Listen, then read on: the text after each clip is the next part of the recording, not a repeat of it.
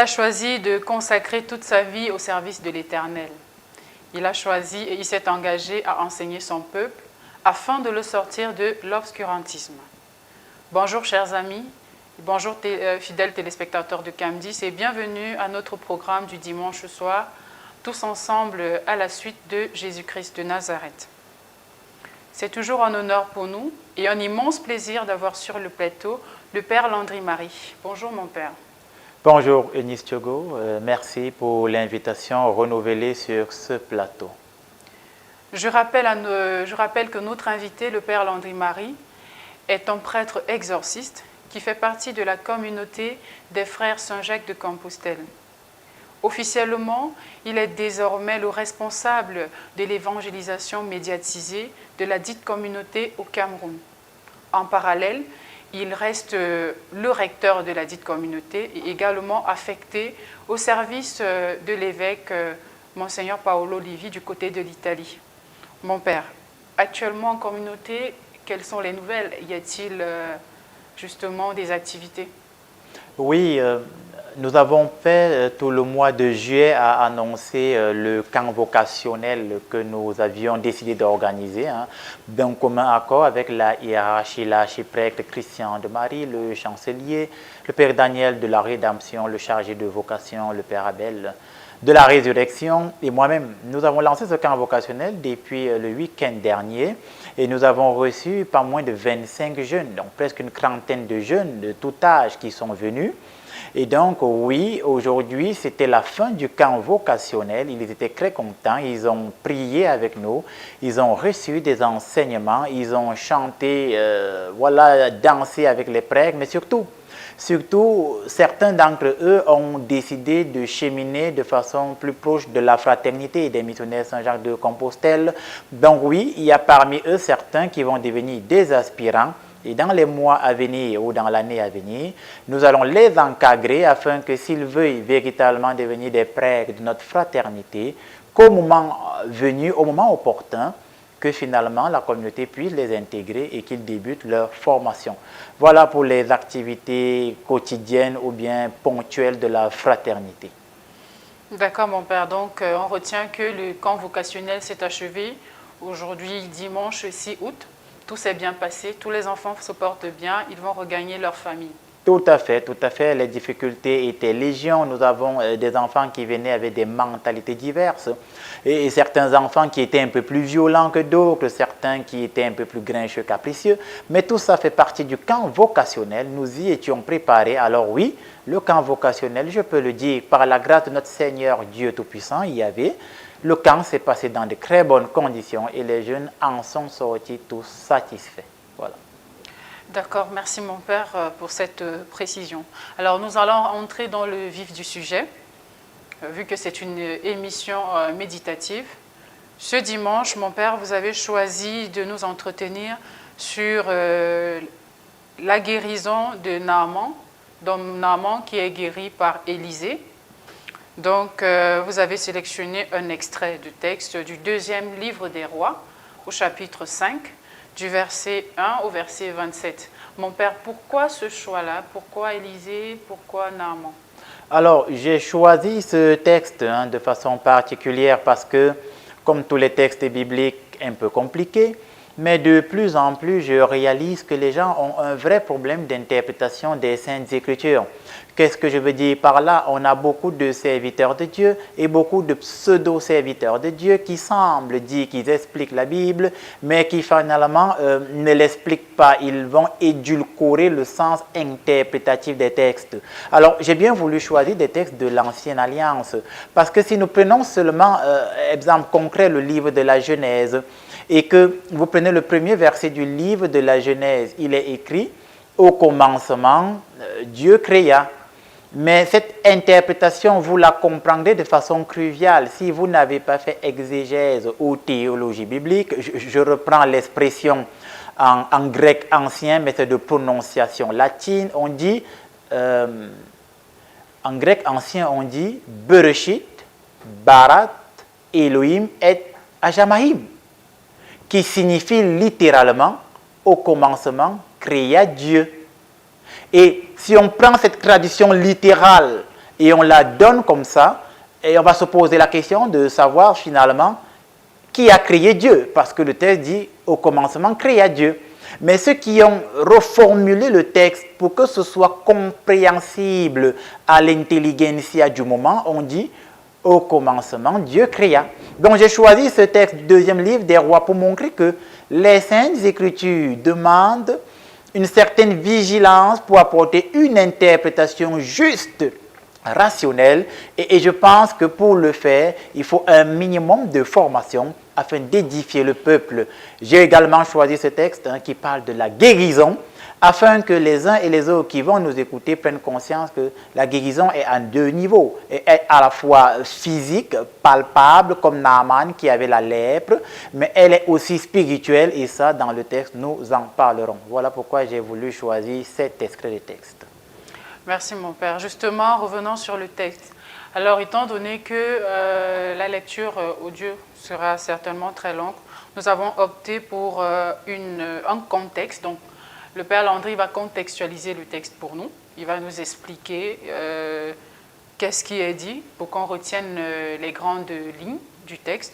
Et après, il pourra justement nous édifier là-dessus. Donc, mon Père, dans cet extrait, de quoi et de qui il est réellement question? Alors merci encore de me passer la parole. C'est extrait du deuxième livre des rois, dans son chapitre 5, du 1er au 27e verset. Si vous me permettez de relater l'histoire, comme le texte est assez long, nous rappelons à nos téléspectateurs que le thème c'est Élisée guérit Naaman. Voilà, dans ce texte, il y a un général qui s'appelle Naaman. Et ce général, il est au service du roi des Araméens. Ce sont des Araméens en fait. Et ce Naaman, il est fidèle, on dit qu'il est obéissant, on dit que c'est un homme bien en fait. Et Naaman, il a cette obéissance, cette soumission à son roi, il a cette reconnaissance, cette dignité, mais Naaman, il a un problème dans le texte, il est lépreux en fait. Et comme il est lépreux, ça fait que quelque part, sa vie n'est pas assez équilibrée parce qu'il souffre dans sa chair. Et un jour, que les Araméens vont partir au pays des Israélites. Je rappelle que quand on parle des Israélites, ça rappelle ici les Hébreux, c'est-à-dire le peuple que Yahvé Dieu s'est choisi. Ils vont ramener de la terre des Israélites une jeune fille. Et cette jeune fille, on va la mettre au service de la femme de Naaman. C'est cette jeune fille dont le texte nous dit qui va un jour, comme elle était un peu la femme de ménage, l'assistante de la femme de Naaman, elle va dire, moi je connais un prophète que si le maître s'en va voir, le prophète pourra lui accorder guérison. Et la femme de Naaman va retransmettre l'information à son mari, qui lui-même va la retransmettre à son roi, et le roi va lui donner l'autorisation d'aller au pays des Israélites. Mais il ne va pas aller les mains vides, il aura une lettre que le roi va écrire pour le roi des Israélites, mais surtout, il aura des présents. Naaman va prendre des cadeaux, des pagnes, des pièces d'argent, et des serviteurs, voilà, des grands biens. Il va aller chez les Israélites et finalement, il ira à la rencontre d'Élisée. Et je rappelle que Élisée, c'est qui en fait? Élisée, c'est l'assistant d'Élie. Et qui est Élie? Élie, c'est le plus grand ou le plus puissant prophète de toute l'ancienne alliance. On se rappelle que Élie a fait qu'il ne pleuve pas sur terre pendant près de 3 ans, 6 mois. C'était un prophète qui a développé une puissance à la suite de Yahvé Dieu, presque inégalée, à l'instar de Moïse. Voilà. Et donc, Élisée, il est l'assistant direct d'Élie, et il a reçu une double portion de l'esprit d'Élie. Ça, c'est la Bible qui le dit pour ceux qui ont les Bibles, n'est-ce pas? Et Élisée, c'est donc un grand prophète, très fort, qui a accompli de très grands signes, de très grands prodiges. Donc, Naaman, ça va en sa rencontre, selon le texte. Et qu'est-ce qu'Élisée va faire? Élisée ne va même pas sortir de sa maison. À l'intérieur de la maison, il va dire à Naaman, va te plonger dans le fleuve. Et Naaman va s'insurger, il va s'énerver, il va se dire, je viens à sa rencontre, il ne daigne même pas sortir, m'ouvrir la porte, et il va refuser d'aller vers le fleuve. Ce sont ses serviteurs qui vont lui dire, maître, le prophète ne t'a pas demandé quelque chose de compliqué, fais-le, et puis voilà, on ne sait pas. Et qu'est-ce qui va se passer? Naaman va aller dans le fleuve. Élisée va lui dire, plonge-toi 7 fois dans le fleuve. Il va se plonger 7 fois, et la 7e fois, le texte nous dit que sa peau va redevenir comme celle d'un bébé, et il va trouver à l'instant T la guérison. Il reviendra vers Élisée pour lui donner des dons et des présents. Élisée va décliner l'offre, mais c'est le serviteur d'Élisée, il s'appelle Géasi. Géasi ira voir Naaman par derrière, il va lui dire, donne-moi un peu de dons et un peu d'argent au nom d'Élisée. C'est ce que le texte nous dit. Il va prendre les dons et l'argent au nom d'Élisée. Et quand il va rentrer son mec, Élisée va lui demander, où est-ce que tu étais? Il va mentir à Élisée et Élisée lui dira, je t'ai vu, j'ai vu ce que tu as fait. Et comme tu es allé prendre ces dons et ces présents, voici que toi et ta famille, vous serez frappés de la lèpre de Naaman. Et le texte s'achève en disant qu'à l'instant, Géasi a été frappé de la lèpre et c'est comme ça qu'il est quitté en présence d'Élisée. C'est sur cette note que s'achève le texte que je viens d'apporter la narration. Voilà ce que je pouvais dire à ce sujet. D'accord, merci mon père. Donc je rappelle pour toutes les personnes à la maison qui ont leur Bible que le texte est tiré du 2e livre des Rois, au chapitre 5, du 1er au 27e verset. Vous pouvez jeter un coup d'œil et justement ensuite nous contacter sur le numéro qui s'affiche à l'écran pour nous faire parvenir vos réactions, vos questions et vos préoccupations. Nous allons faire un petit tour à la régie et nous nous retrouvons juste après pour que le Père puisse justement nous enseigner, nous édifier sur le message qu'est censé nous apporter cet extrait de texte dans notre vie quotidienne. À tout de suite.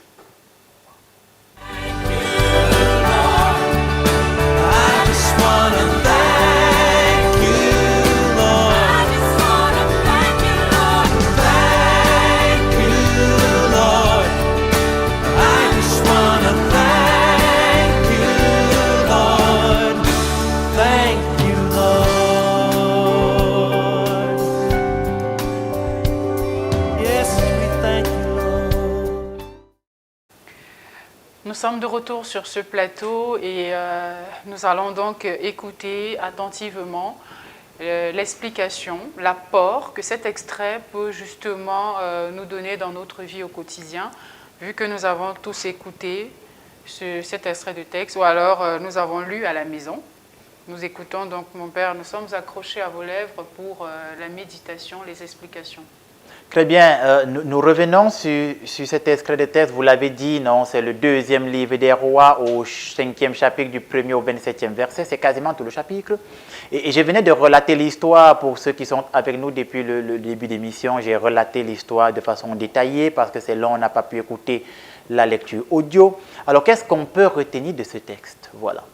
Dans un premier temps, ce qu'on peut retenir, c'est que quand j'ai une difficulté qui dépasse l'entendement humain, parce que Naaman, il est frappé de la lèpre, et la lèpre est une maladie incurable jusqu'aujourd'hui. Jusqu'aujourd'hui, avec les projets de la médecine, les prouesses technologiques, il est difficile de guérir de la lèpre. Je n'ai pas envie de dire que jusqu'aujourd'hui, il est quasi impossible scientifiquement de guérir de la lèpre. Bref, c'est beaucoup de contextes et de conditions technologiques qui ne sont même d'ailleurs pas accessibles à tout le monde. Voilà. Donc, on retient que dans un premier temps, lorsque je fais face à une difficulté qui dépasse l'entendement humain, parce que la lèpre ici est un symbole qui montre que la difficulté qui accable Naaman dépasse l'entendement humain. Si c'était au niveau de l'entendement humain, de la puissance humaine, de l'agir humain, Naaman aurait trouvé la solution. Il était le général du roi comment on les appelle encore, les Araméens, parce que c'est un Araméen. Et en tant que général, il a à sa disposition assez de moyens et un dispositif assez grand pour dire qu'il peut saisir les meilleurs médecins de son pays et ce qui a d'ailleurs été fait. Mais ça n'a pas résolu le problème. Donc face à une difficulté qui dépasse les capacités humaines, j'ai le devoir de me tourner vers Yahvé Dieu. Voilà, c'est la première chose qu'on doit retenir. Et chacun d'entre nous qui nous écoute à la maison se pose la question de savoir, lorsque j'ai des difficultés, vers qui je me tourne. Et Naaman a écouté les conseils de son épouse qui lui a dit, va voir le prophète dans le pays des Israélites qui prie le Dieu d'Abraham, d'Isaac et de Jacob, le Dieu d'Israël. Ça, c'est la première chose à retenir. La deuxième chose qu'on peut aussi retenir, c'est quoi? C'est que la lèpre n'est pas que physique en fait. Pourquoi? Parce que vous allez voir, je pense, dans le livre de l'Exode ou du Deutéronome, lorsqu'on relate l'histoire de Moïse et là je reviens très vite sur les explications bibliques de l'histoire de Moïse, lorsque Moïse se trouve en présence du buisson ardent, et lorsqu'il est là-bas sur ce buisson ardent, et que Yahvé Dieu lui donne une instruction et lui dit « va délivrer mon peuple », Moïse, il demande à Yahvé Dieu « quel signe tu as accompli afin que je sache que c'est toi celui qui est ». Parce que lorsque Yahvé Dieu se présente à Moïse, il va dire « je suis celui qui suis ». Dans la traduction grecque ancienne, « je suis ». Voilà. Et Yahvé Dieu va dire à Moïse « prends ta main, mets dans ton manteau ». Moïse va mettre sa main dans son manteau. Quand il va la faire sortir, la main sera lépreuse en fait. Et Yahvé va lui dire, remets à nouveau la main dans ton manteau, il va le faire, refait sortir, et la main sera, voilà, saine. Et Yahvé Dieu veut montrer à Moïse, ou a montré à Moïse par là, que toi, tu es bien portant physiquement, mais spirituellement, en fait, ta maladie est très grave. Spirituellement, tu n'es même pas digne d'être à ma présence. Spirituellement, tu es déconnecté, séparé, tu es souillé, c'est-à-dire la lèpre spirituelle de Moïse symbolise la quantité de péché qu'il porte, qui le séparait et qui le sépare de Dieu. Et on retrouve Naaman ici qui est lépreux, physiquement parlant. Donc je comprends que dans ma vie chrétienne, il peut avoir spirituellement quelque chose en moi qui me coupe et me sépare de Dieu. Il peut avoir dans ma spiritualité quelque chose qui m'empêche de demeurer en présence de Dieu. Il peut avoir dans ma vie spirituelle quelque chose qui empêche que mes prières soient exaucées en fait. Et ce quelque chose-là se symbolise par la lèpre. Et Naaman est lépreux. Et voilà, il s'en va voir le serviteur. Alors, autre chose à retenir de ce texte. Quand je vais voir un serviteur de Dieu, j'écoute ce que le serviteur me demande de faire. Dans les évangiles, Jésus dit, qui vous écoute, m'écoute. Et qui vous écoute, écoute celui qui m'a envoyé. Donc quand je vais voir un serviteur de Dieu, j'écoute ce qu'il me demande de faire. Pourquoi? Parce que le serviteur de Dieu, il me parle sous inspiration du Saint-Esprit. Le serviteur de Yahvé Dieu me demande de faire ce que Dieu lui a demandé de me dire de faire. Il ne me donne pas des instructions à partir de son état psychologique, mais le serviteur de Yahvé Dieu me donne des instructions divines en fait. Et Naaman n'a pas compris cela. Et comme il n'a pas compris cela, c'est pourquoi il a commencé à douter. Lorsque Élisée lui dit, va te plonger 7 fois dans le fleuve, le texte va même dire, pour ceux d'entre vous qui allez lire à la maison, Naaman va dire, il me demande d'aller me plonger dans un fleuve en pays d'Israël. Est-ce que nos fleuves dans notre pays à Aram ne sont-ils pas meilleurs que les fleuves présents dans le pays d'Israël? Donc Naaman a même poussé la réflexion très loin. Il estime que sur la terre d'Israël, il n'existe même pas un fleuve aussi beau, aussi magnifique que les fleuves qu'on trouve sur la terre d'Aram. Et Élisée lui dit, va te plonger dans le fleuve 7 fois. Donc, je retiens que lorsque je reçois une instruction du serviteur de Dieu, j'y obéis. Et finalement, les serviteurs qui demandent à Naaman d'aller se plonger dans l'eau ont eu raison. Une fois que j'obéis au serviteur de Dieu, la réponse de Dieu dans ma vie est directe. C'est ça qu'il faut retenir aujourd'hui dans ce texte. Quand j'obéis à un serviteur de Dieu, la réponse est directe. Je prends un exemple concret, puisque nous sommes en train d'expliquer le texte. Voilà. Si je vais voir un prêtre et je lui dis, écoute mon père, franchement, je n'arrive pas à émerger dans mes affaires. J'ai monté une petite affaire, ça ne donne pas, ça n'avance pas, je n'arrive pas à prospérer. Et le serviteur de Dieu me dit, ok, tu vas chercher une neuvaine à l'Esprit Saint. Une neuvaine, c'est 9 jours de prière et de jeûne. Et le serviteur de Dieu me dit, tu vas faire cette neuvaine, tu pries le matin et tu pries le soir. Matin et soir, en journée, tu t'abstiens de manger et de boire. Au lieu de commencer à me poser la question, est-ce que le serviteur de Dieu lui-même y jeûne? Au lieu de commencer à me poser la question, pourquoi je dois jeûner? Au lieu de commencer à me poser la question, c'est tout ce qu'il trouve à me donner, j'ai le devoir d'y obéir. Parce que si j'obéis au serviteur de Dieu, selon l'instruction que l'Esprit Saint lui donne, la réponse de Yahvé Dieu dans ma vie est immédiate. Et Naaman n'a pas obéi directement, mais sous l'inspiration de ses serviteurs a fini par obéir. La réponse de Yahvé a été directe. Il s'est plongé 7 fois dans le fleuve et la 7e fois, il a été instantanément guéri. Donc je retiens que dans ma vie, Si je veux voir l'action et la puissance de Dieu, il me faut obéir à Dieu. C'est où je veux en venir. En tant que chrétien, nous devons obéir à Dieu. Et chacun qui écoute à la maison se pose la question, est-ce que j'obéis à Dieu finalement? Est-ce que dans ma vie chrétienne, j'obéis à Dieu? Est-ce que j'écoute plus le marabout que Dieu dans ma vie? Est-ce que j'écoute plus, je vais dire comme ça, le féticheur que Dieu dans ma vie? Ma vie est relative à qui ou à quoi? Ce que la semaine dernière, nous avons appelé ici l'option fondamentale en théologie. Ma vie est relative à quoi? Et pour vous qui m'écoutez à la maison, votre vie est relative à Jésus-Christ de Nazareth. Votre vie est relative à Dieu. Et vous devez obéir à Dieu plutôt qu'obéir aux hommes. Et vous devez obéir à Dieu avec foi. Dans la lettre aux Hébreux, je pense, Hébreux 11, 1, on dit « La foi est la ferme conviction des choses qu'on espère, la démonstration de celles qu'on ne voit pas. » Et quand j'obéis à Dieu avec la foi, Dieu répond instantanément. Maintenant, à la fin du texte, qu'est-ce qu'on peut retenir?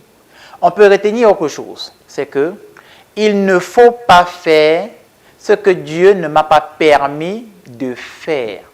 Ici, je parle de Géasi, le serviteur d'Élisée. Pourquoi? Dieu n'a pas permis à Élisée de recevoir les dons ou les présents.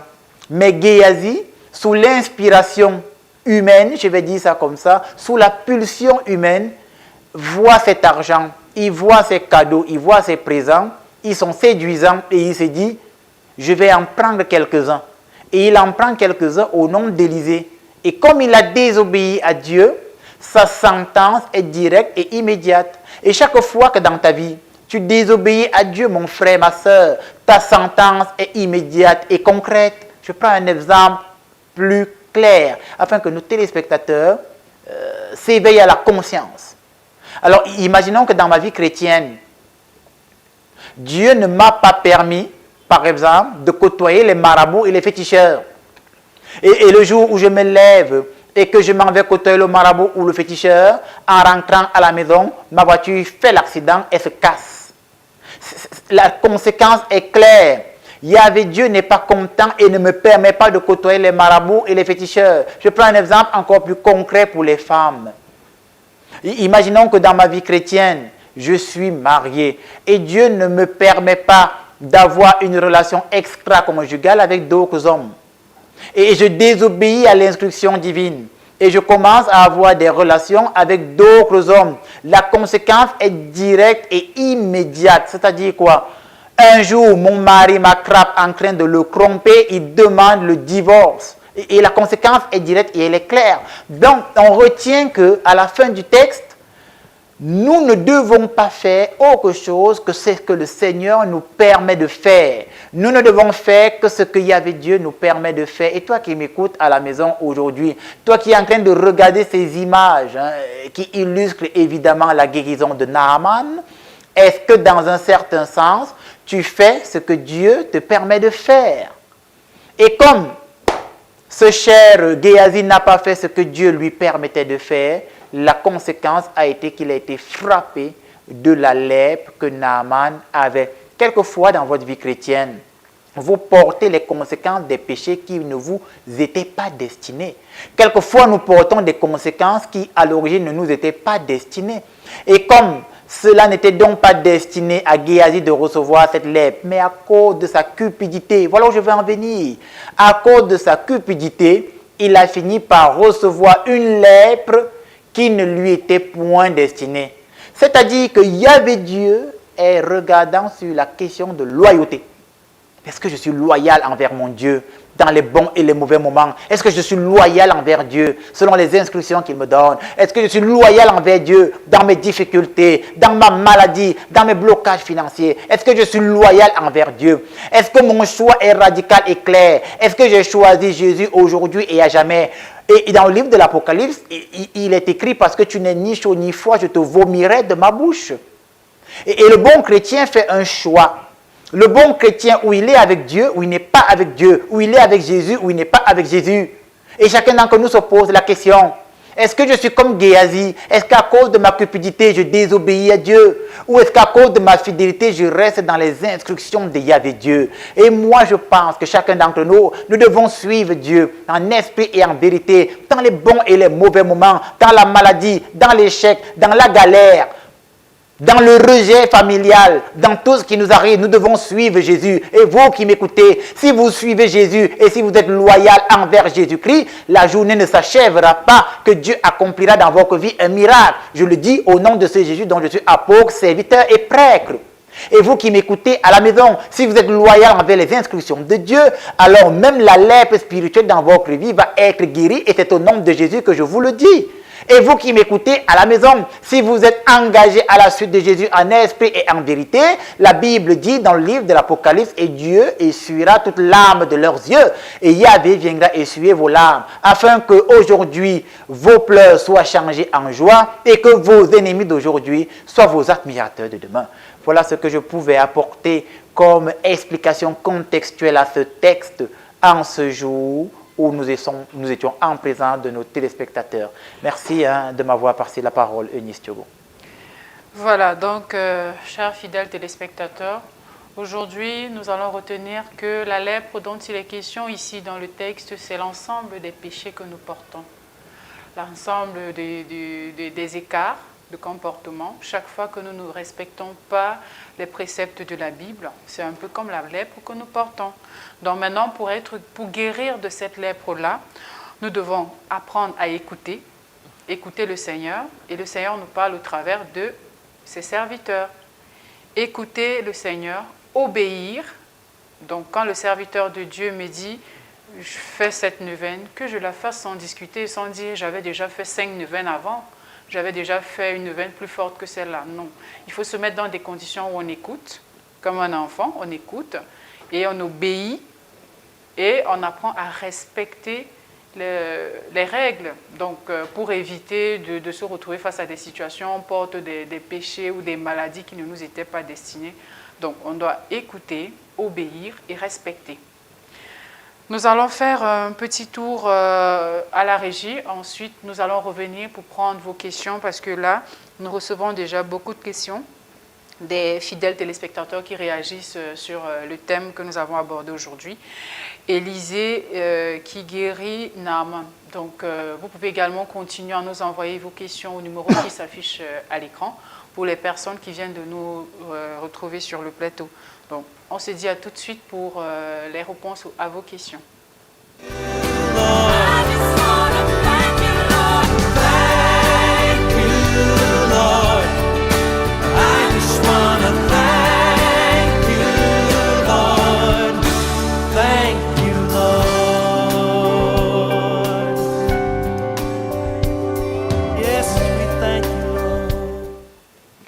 Voilà, nous sommes de retour sur ce plateau. Comme je vous le disais tout à l'heure, nous avons reçu beaucoup de questions et nous les recevons même sur la page YouTube. Donc, pour toutes les personnes qui souhaitent échanger avec nous, le Père Landry a également sa page YouTube. Sur la barre de recherche, il suffit de taper Père Landry Marie.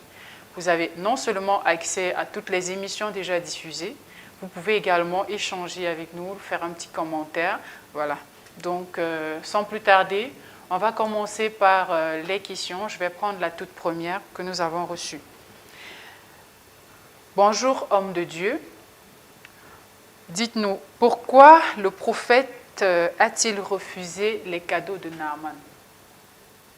Alors, c'est une question intéressante qui est directement liée à notre texte et aux explications que nous avons essayé d'apporter. Alors, pourquoi Élisée a-t-il refusé les cadeaux de Naaman? Certainement parce qu'il n'avait pas reçu l'autorisation de Dieu de recevoir de Naaman quelque chose. Parce que le problème ne sont pas les cadeaux. Non, ce n'est pas ça le problème. Le problème ne réside pas dans les présents que Naaman apporte.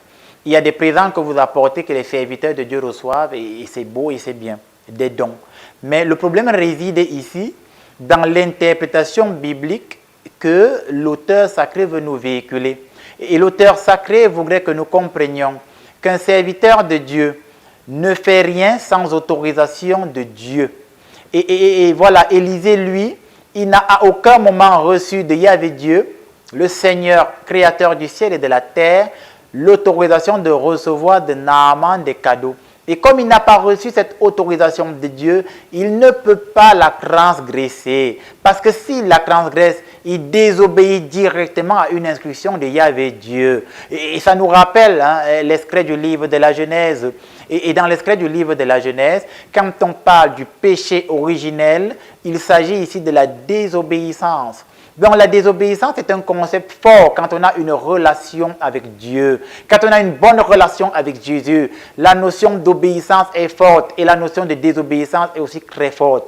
Et si Naaman avait désobéi, la conséquence, si Élisée avait désobéi, la conséquence aurait été directe sur lui, sur son ministère et sur le don que Dieu lui a donné.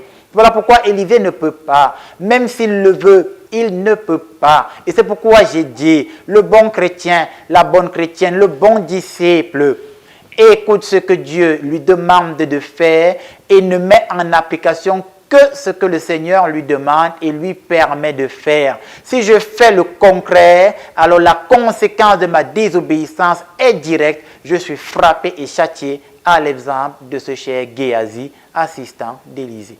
Voilà ce que je pouvais apporter comme élément de réponse. D'accord, mon père, je vais un peu revenir sur cette question-là. Dans le texte, nous avons tous écouté Naaman qui s'est préparé en tant que général. Il allait rencontrer quelqu'un qui n'avait aucun titre, aucun rang. Mais il s'est préparé en conséquence. Parce qu'il s'est mis dans la tête, il va rencontrer un serviteur de Dieu. Donc, il a préparé des présents. Mais de nos jours, les chrétiens, nous nous préparons, même sur la tenue vestimentaire, quand il s'agit d'aller rencontrer un ministre ou un grand de la société, on se prépare. Mais pourquoi quand il s'agit de l'homme de Dieu? Quand il s'agit de l'homme de Dieu, les chrétiens d'aujourd'hui ne se comportent pas comme Naaman. Alors, ma réponse est directe. Ils ont la mauvaise foi, en fait. Soit ils ont la mauvaise foi, soit ils ont reçu un mauvais enseignement. Parce que je reste convaincu que les gens sont dans l'obscurantisme parce qu'ils ne connaissent pas. Osée 4.6, mon peuple périt, faute de connaissance. Les gens meurent parce qu'ils ne connaissent absolument rien.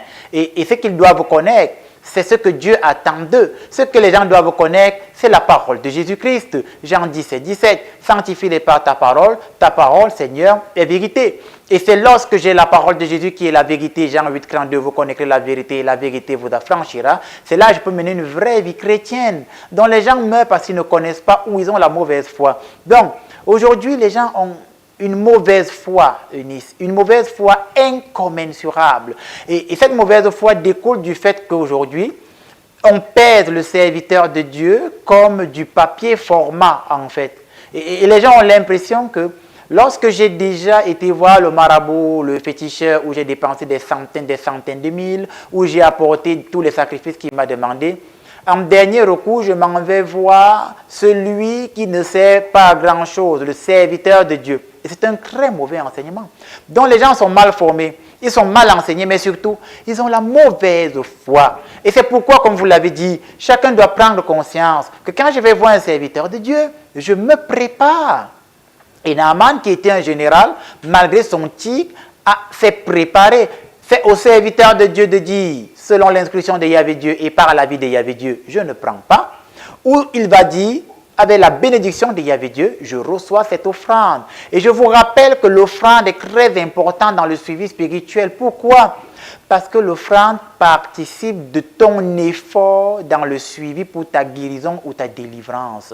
Voilà ce que je pouvais apporter comme élément de réponse. Merci mon père pour cette explication qui va certainement nous aider. Prochainement, je crois que nos fidèles téléspectateurs pourront mieux se préparer et respecter l'autorité divine. Oui, voilà, tout à si fait. je peux le dire ainsi. Alors, sans plus tarder, nous allons passer à la deuxième question. Voilà. Bonjour mon père. Pourquoi Élisée a-t-il châtié son disciple avec cette dureté de cœur? Donc, quand Élisée, vu que son assistant a pris des cadeaux en son nom en cachette, pourquoi est-ce que Élisée a été si dur? Il pouvait lui donner une petite punition, remettre les présents, mais là, il a été frappé de la lèpre carrément. Oui. Alors, c'est une question assez intéressante. Pourquoi Élisée va-t-il, je vais dire, déclarer une parole de maladie ou de malédiction dans la vie de Géasi?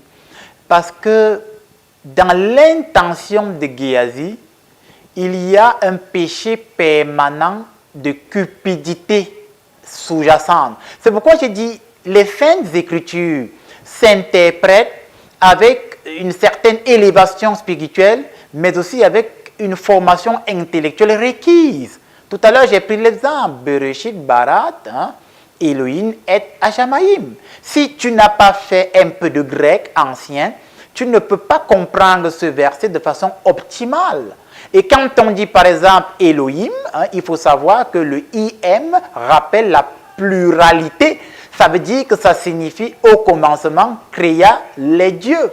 Et les dieux ici rappellent la multiplicité trinitaire de Dieu qui n'est pas spécifiée, mais dont on sent déjà la présence à partir du premier verset. C'est du grec ancien. Voilà.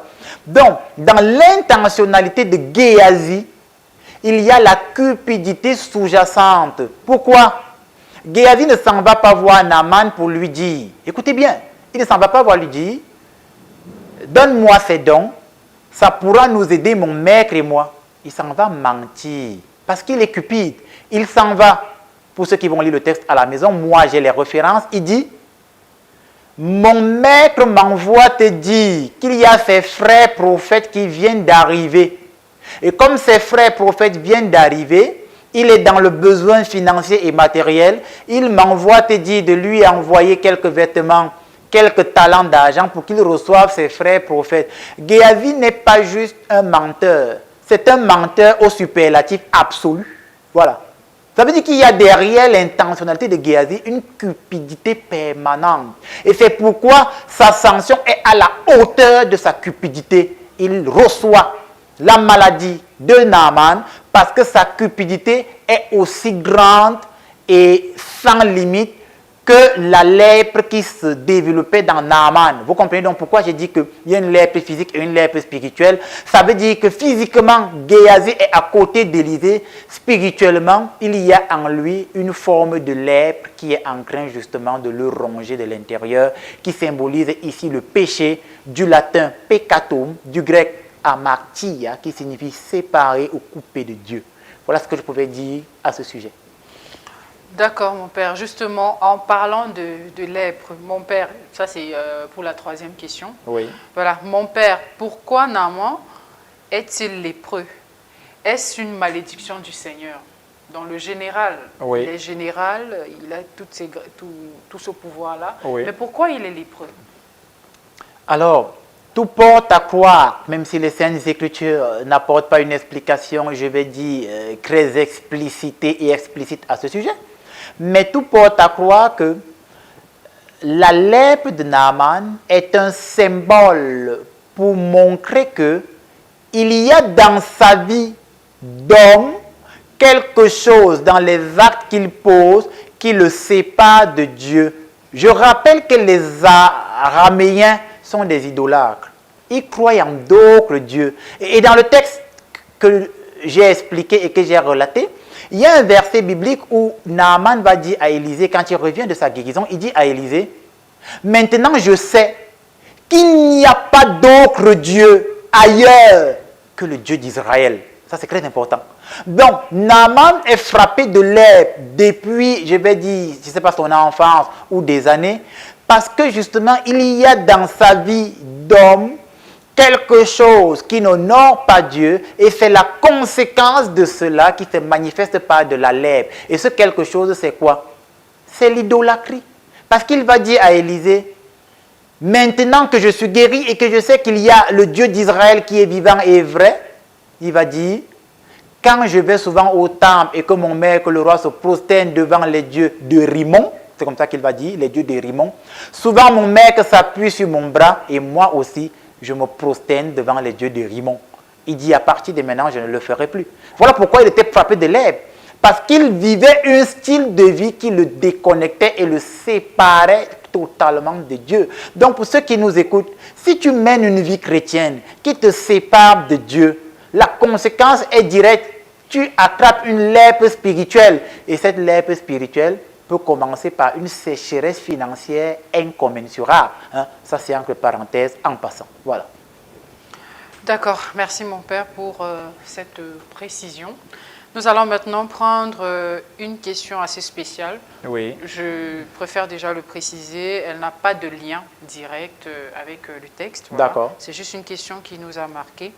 Donc, bonjour mon père, s'il vous plaît, j'ai une question. Est-il vraiment possible qu'il y ait dans une maison ce qu'on peut appeler un serpent mystique? Si oui, comment le faire partir? Pouvez-vous nous aider? Donc, voilà la question. Le téléspectateur certainement se doute de la présence d'un serpent mythique dans sa maison. Il veut savoir si c'est possible, si c'est une réalité. Voilà. Alors, Et, voilà. Alors, cette question met en exergue la problématique des totems. C'est ça. Ce qu'il appelle, ou ce que vous appelez un serpent mystique, c'est l'équivalent d'un totem. Ça veut dire que dans votre maison, il y a un totem. Mais on répond au premier volet de la question.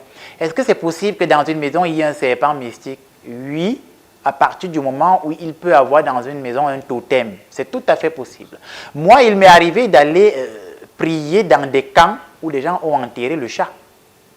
C'était leur totem. Et dans ce camp où ils ont enterré le chat là était supposé les protéger contre les attaques ténébreuses. Mais force était de constater qu'à un moment donné, c'est comme si le chat s'est retourné contre eux. Les enfants de la maison ont commencé à mourir bêtement. Donc finalement, leur propre totem a commencé à les prendre pour cible. Hein, c'est une parenthèse dans l'exorcisme. Oui, il est possible qu'il y ait un serpent mystique. Ici, il est symbolisé par un totem. Voilà. Maintenant, qu'est-ce qu'il faut faire? Il faut le détruire. Tant qu'on ne détruit pas le totem, l'animal mystique présent dans la maison va se manifester. Donc, il faut détruire le totem. Maintenant, la problématique va se poser à partir du moment où qui va localiser le totem déjà? Et si tu n'as pas l'élévation spirituelle qu'il faut, et tu n'es pas assisté des anges et des archanges, tu ne peux même pas voir le totem en question. Je rappelle qu'il y a des totems. Tu arrives dans une maison, aujourd'hui tu le perçois, il est à gauche de la maison. Demain tu viens, il est à droite. Il y a des totems, tu ancres, c'est là devant le portail enterré. Quand tu ressors, il n'est plus là. J'ai même été dans la maison d'une femme à Yaoundé il y a longtemps, où quand je venais, le totem partait. Il disparaissait. Je ne le voyais plus. Mais quand je sortais de la maison, je le percevais revenir. Donc ma présence faisait y part. Et je veux dire que si tu n'as pas la bonne élévation spirituelle, tu ne peux pas gérer ce genre de cas. C'est ce que je veux dire. Il faut localiser le totem et le décrire. Maintenant, comme il demande que faire, il faut vous mettre en prière. Rien n'est plus fort que la prière. Dans la première lettre aux Thessaloniciens, chapitre 5, les versets 16 à 17, on dit « Priez sans cesse ». Si vous priez sans cesse, alors vous serez vainqueur de ce totem. Dans le livre de l'Apocalypse, au chapitre 12, on dit que Michel Archange a combattu le dragon rouge feu et il a été vainqueur. Il a attaché ce dragon et l'a jeté dans les temps de feu. Alors vous qui m'écoutez, s'il y a des totems ou des serpents mystiques, priez, invoquez le nom de Dieu. Maintenant, il me demande, est-ce que vous pouvez m'aider? Il y a un numéro qui s'affiche au bas de l'écran. Ceux qui cherchent à entrer en contact avec le Père Langry, vous appelez ou vous entrez en contact, vous tomberez sur mon assistante, vous aurez un entretien avec elle, et si elle voit que cet entretien est consistant et que le problème nécessite ma présence, mon intervention, nous prendrons rendez-vous, je vous écouterai et nous verrons ensemble ce qu'il y a lieu de faire et au nom de Jésus, nous serons vainqueurs. Voilà ce que je pouvais dire à ce sujet.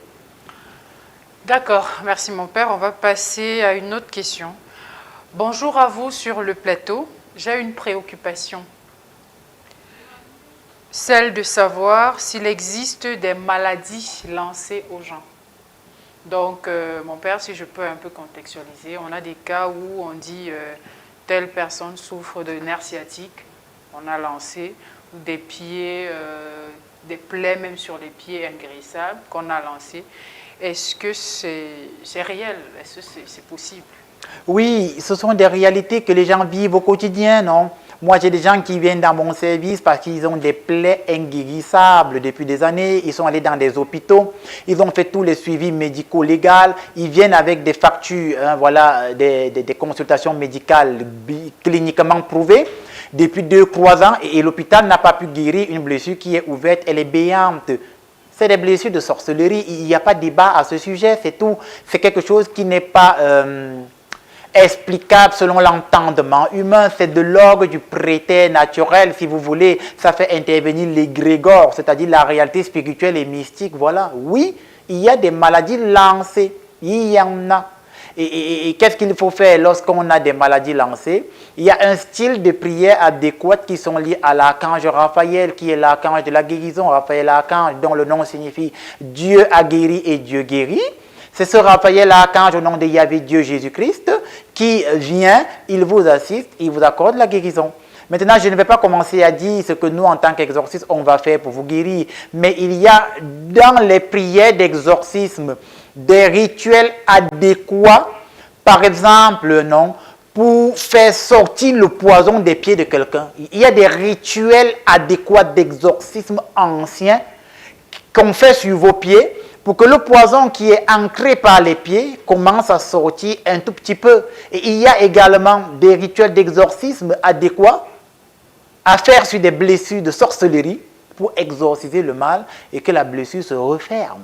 Mais ça, on ne va pas en parler sur le plateau. C'est pour dire que oui, il y a un style de suivi, un style de problème pour trouver la guérison. Tout cela au nom de notre Seigneur et Maître Jésus-Christ de Nazareth. Voilà ce que je pouvais dire à ce sujet.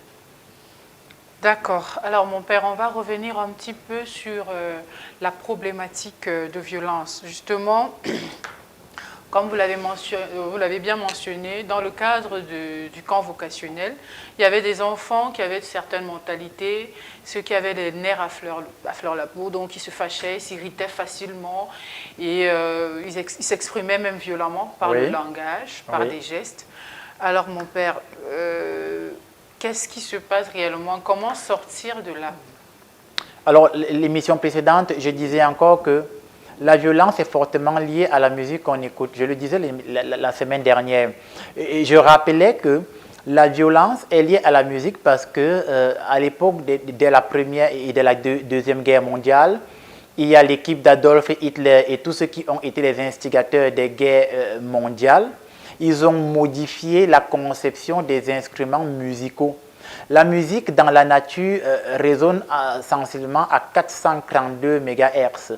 C'est la résonance de la nature. C'est une résonance qui vous apporte la paix, la tranquillité, l'harmonie, ce que les philosophes stoïciens appellent l'ataraxie, la paix de l'âme. C'est à peu près 432 MHz. C'est ce que les Chinois utilisent beaucoup quand ils font leurs arts martiaux. Ils appellent ça la voix de la nature, si vous voulez. C'est 432 MHz. Et ceux qui ont organisé les guerres mondiales ont fait que la conception des instruments passe de 432 MHz à 442, 443 MHz.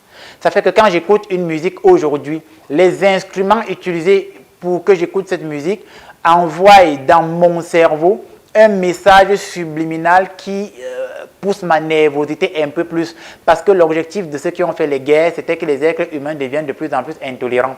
Je prends un exemple concret. Lorsque les soldats vont aller faire des interventions en guerre, et ça, c'est des réalités. Et il n'y a pas un homme qui est dans l'armée qui va me démentir. On fait que ces soldats écoutent un style de musique. Et cette musique est réglée à 442 MHz. Du coup, le soldat, quand il va sur le terrain, il est hyper violent. Et même s'il trouve une femme qui demande pardon, il la bat de sang-froid. Parce qu'on leur fait écouter la veille ou quelques jours avant des musiques dont la fréquence est très élevée, qui fait en sorte que leur violence est déduplée, elle est quadruplée. Voilà, c'est ça. Et c'est pourquoi les gens sont de plus en plus violents, parce que nous écoutons une musique de plus en plus violente, en fait. Et il y a des musiques violentes par leur message, mais la violence de la musique est beaucoup plus distillée par l'instrumental. Et l'instrumental est déjà réglé quand je suis allé l'acheter, en fait. Ça veut dire que celui qui prend un synthétiseur en Europe, celui qui prend, je ne sais pas moi, un piano en Europe, une guitare en Europe, et il vient, il dit, j'ai pris cette guitare, je ne sais pas moi, à la maison Versace ou bien, elle est déjà réglée à 442 MHz. Tous les règlements que toi tu vas faire pour jouer la musique là, ce que tu vas distiller comme musique rend les gens violents. Maintenant, si tu n'as pas été en haute école de musicologie pour savoir comment quitter du 432 ou du 442 au 432, tu vas distiller une musique violente. Voilà pourquoi les gens sont de plus en plus violents, Eunice Thiago. Qu'est-ce qu'il faut faire? Il faut que les gens arrêtent d'écouter des musiques très violentes, c'est tout. Il faut que les gens recommencent à écouter de la musique douce. Et ici, là, pour nous les chrétiens, les psaumes, par exemple, sont des prières chantées. Et quand vous écoutez des psaumes chantés, ça vous adoucit parce que ça vous met en présence de Dieu et ça vous véhicule la paix, la taraxie, ce dont vous avez besoin pour pouvoir être en harmonie avec Dieu. C'est ce que je pouvais apporter comme élément de réponse. D'accord, merci mon père. Là, étant donné que le temps nous tient à la gorge, on va arrêter parce que des questions ne font qu'arriver. Mais là, on va arrêter pour les questions de ce dimanche. Peut-être dimanche prochain, on pourra poser ces questions. Alors mon père, nous sommes arrivés au terme de notre émission. Oui. Mais on ne peut pas se quitter sans la petite prière, sans la petite bénédiction. Donc, mon père, pouvez-vous nous dire une petite prière? Bien, frères et sœurs, nous fermons les yeux, vous qui êtes à la maison, dans le taxi, qui m'écoutez au travers d'une application, nous fermons les yeux, nous baissons la tête et nous prions. En fermant les yeux, Jésus, et en baissant la tête, je prie pour ce peuple que tu m'as confié. Pour toutes les personnes qui regardent ce programme, tous ensemble à la suite de Jésus-Christ, tous ceux qui ont des blessures incurables, des blessures ouvertes qui ne guérissent pas, que par le nom de Jésus-Christ, que par ma voix et la parole de Jésus que j'annonce, qui est un feu ardent, que votre blessure mystique et incurable trouve la guérison. Au nom de Jésus-Christ de Nazareth, je prie pour vous qui êtes à la maison et pour vous qui avez des blocages de tout genre, qui n'arrivez pas à vendre. Vous, ceux qui en est voulu mettre des voiles mystiques de telle sorte que lorsque vous voulez vendre, jamais vous ne vendez. Que par la puissance et le nom de Jésus, au moment où vous écoutez ma voix et la parole de Jésus que je déploie, qu'à nouveau vos activités puissent prospérer et que vous puissiez vendre au nom de Jésus-Christ. Enfin, je prie pour toutes ces personnes qui nous écoutent, qui sont alitées dans les hôpitaux, pas des maladies qui les ont frappés, pas des maladies qu'on a lancées, le VIH, le paludisme, les nerfs sciatiques, les maux de terre mystiques, les maux de dos mystiques, les maux de tête chroniques, que par la puissance et le nom de Jésus-Christ, à l'instant où vous regardez ce programme et que vous écoutez ma voix apôtre de Jésus-Christ, que sur votre lit d'hôpital, vous trouviez la guérison à l'instant, au nom du Père, du Fils et du Saint-Esprit, et que la lèpre spirituelle qui vous empêchait de suivre le Christ vous lâche par le Père, le Fils et le Saint-Esprit. Soyez bénis au nom de Jésus-Christ, ainsi soit-il. Amen. Merci mon Père pour cette belle prière. Nous allons donc prendre rendez-vous pour la semaine prochaine, mais je rappelle à toutes les personnes qui souhaitent revoir ou revivre ces émissions en dehors des heures de diffusion, vous pouvez aller sur la page YouTube du Père Landry Marie. Voilà, vous tapez son nom sur la barre de recherche. Toutes les émissions vont s'afficher et vous pourrez donc choisir le thème qui vous parle, qui vous dit, et vous méditez là-dessus et nous contacter au numéro qui s'affiche à l'écran si vous avez des questions, des préoccupations et si vous sollicitez l'intervention du Père Landry chez vous. On se dit donc à dimanche prochain. Portez-vous bien et soyez bénis. Au revoir.